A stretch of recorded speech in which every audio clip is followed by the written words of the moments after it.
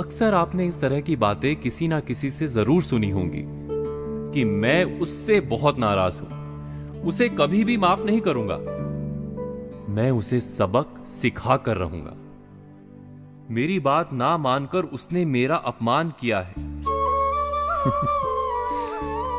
लोग छोटी छोटी बातों को अपने सम्मान से जोड़कर किसी का जीवन बर्बाद करने पर तुल जाते हैं।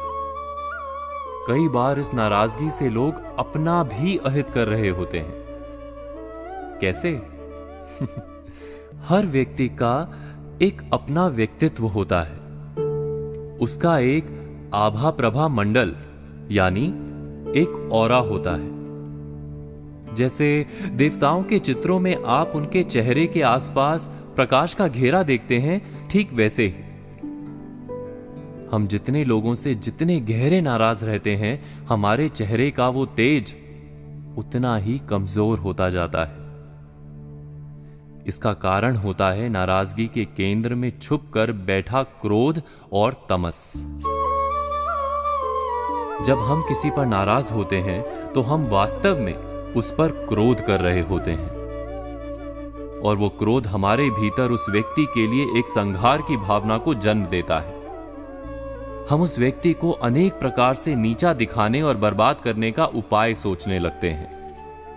हम इस पर कभी विचार नहीं करते कि एक व्यक्ति पर अपनी नाराजगी के चक्कर में हम खुद अपने ही शत्रु बनते जा रहे हैं।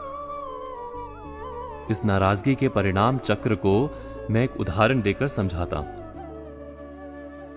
अगर एक छोटा भाई अपने बड़े भाई से नाराज होकर बैठ जाए, किसी भी तरह से मानने को तैयार ही ना हो, तो एक अरसे बाद हानि किसकी होगी?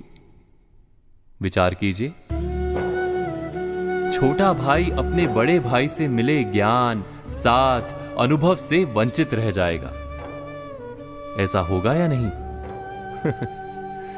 ऐसा नहीं कि हम इस नाराजगी से उपजे आत्मविनाश के चक्र को रोक नहीं सकते, बस एक छोटा सा काम करना होगा। नाराजगी को पल भर में अपने मन चक्र से बाहर करना होगा।